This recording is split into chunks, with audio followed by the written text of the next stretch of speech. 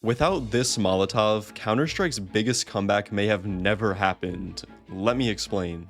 Just over a year ago in 2024, one of Counter-Strike's biggest tournaments was about to take place, this being IEM Cologne.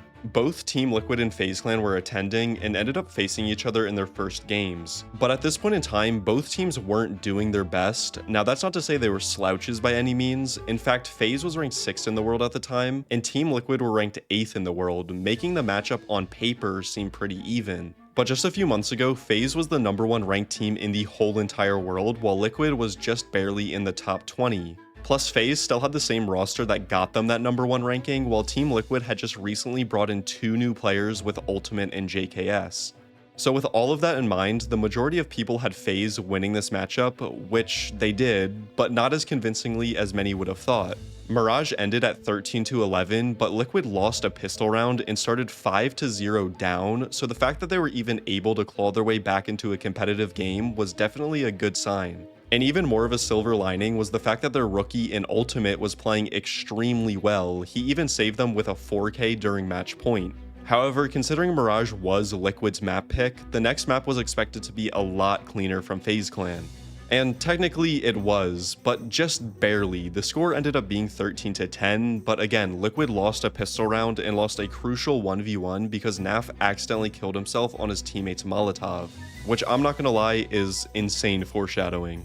The only good thing about this loss was the fact that it was an upper bracket match, so although Liquid lost, they still had a chance to fight their way through the lower bracket, which ended up being against Furia.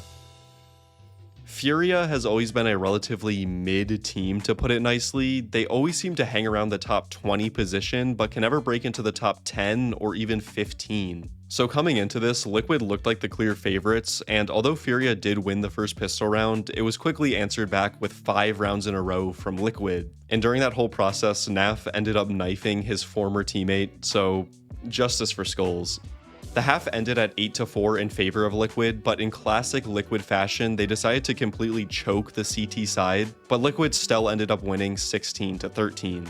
And I just want to say, this whole map was just insanely scrappy with no real notable moments except for maybe this 3K from Yakinder, but overall just a very weird map to say the least. Thankfully, Nuke ended up being a blowout ending at 13-4, which showcased a much more organized Team Liquid, which was reassuring as they headed into the semifinals versus Complexity. During this time period, Complexity was kind of a dark horse team because there were games where they would just get absolutely stomped, but then randomly out of the blue, they would take maps off of the top teams. Like for example, they played an extremely close match versus Spirit at Blast Premier, which just felt like it came out of nowhere. So going into this game, no one really knew what to expect, except for the fact that regardless, an NA team was going to be sent home. But being an NACS fan, you have to look at all the silver linings, and this match meant that an NA team was guaranteed to win. So you know what, we'll take what we can get.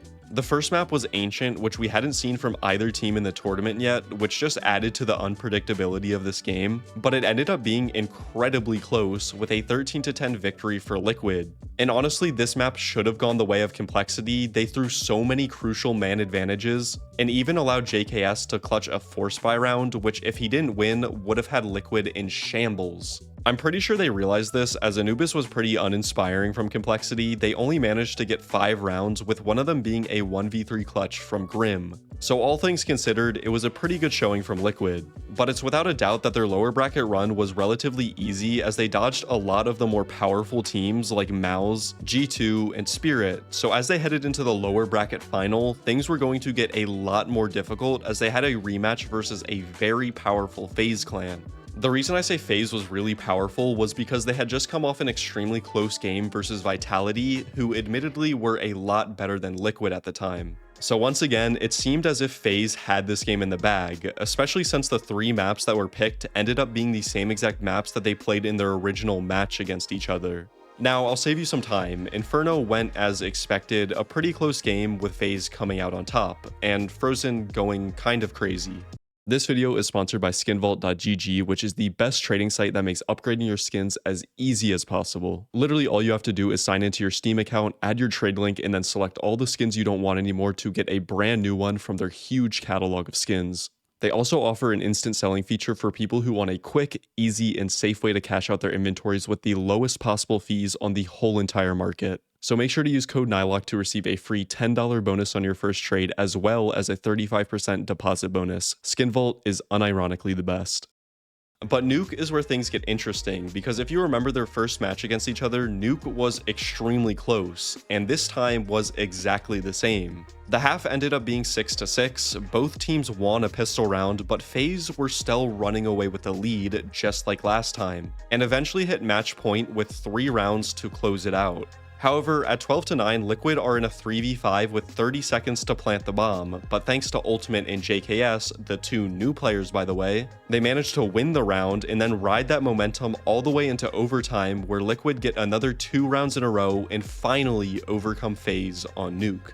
This was an insane upset from Liquid, not even because of the team matchup, but because of how many rounds FaZe lost when they were at match point. It was finally someone else choking instead of Liquid. Heading into Mirage, they looked unstoppable. Twist opened up the map with a 3K and then continued to call an incredible CT side. And even in rounds that they should have lost, they somehow ended up winning, like on round 5, which could have stopped all of their momentum if they lost. JKS just decides to 1v3. With all of this going on, it was safe to say that the stars were aligning as Liquid came into the second round of the game with a scoreline of 11-1. And after a quick pistol and eco round, they won the first gun round to send them into match point. Surely there was no way to lose this. Well, during that gun round, Liquid executed an A hit by smoking off stairs, CT, and connector, which is pretty standard, but following this was 4 Molotovs, 1 landing in sandwich, 1 at triple, and 2 landing on palace balcony. This execute obviously works perfectly and forced FaZe Clan into a very awkward buy with 3 M4s, 1 FAMAS, and 1 5.7. Oh, and nobody except for Rain has any armor, meaning this is a very favorable round for Liquid. They know that themselves, and considering last round's execute was pretty successful, they call to do the exact same thing again. But this time, there is one incredibly small detail that changes the trajectory of this round completely. You see, for those who don't know, one of the new features CS2 added was the ability to drop grenades to your teammates. And because Team Liquid's strategy requires so many Molotovs, NAF decides to drop one to JKS, as they need 2 from Palace to perform the execute. But unfortunately, he drops it too close to the enemy, as Frozen, who is standing just below balcony, hears this and then calls for the rest of his team to quickly rotate to his site, which makes the execute go from an easy 2v5 to a full-on 4v5 on site, which is the sole reason FaZe Clan won this round. Because if Frozen hadn't heard the Molotov, it would have likely been a 2v5 on site, which would have been near impossible for FaZe to win. And the absolute worst thing about this is the fact that NAF decided to pick the Molotov back up just a few seconds later, so dropping it was completely useless. After losing this round, Liquid decide to force buy and take it down mid. They end up losing this round pretty convincingly, which then puts them on an eco, which they lose, and then from that point on, they just spiral until FaZe bring it all the way to overtime, where Liquid get a singular round in overtime, and then let FaZe win another 4 in a row to close it out. In the end, Liquid were the ultimate chokers. I won't lie, it's not entirely fair to blame the whole entire comeback on the back of that one Molotov, but considering it was one of their most winnable rounds throughout the 9 rounds of match point, it very well could have been the one mistake that lost them the whole entire tournament.